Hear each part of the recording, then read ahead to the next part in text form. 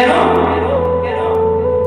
আওলাদের ভান্ডারে যত আছে তাদের প্রথম নসিহত হচ্ছে নামাজ পড়বেন, মা বাবার খেদমত করবেন। সুবহানাল্লাহ। আমি ভান্ডারি নাম দিয়েছি, নামাজের সাথে কোনো সম্পর্ক নাই।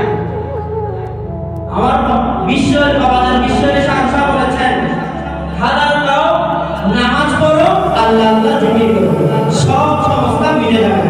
সুবহানাল্লাহ।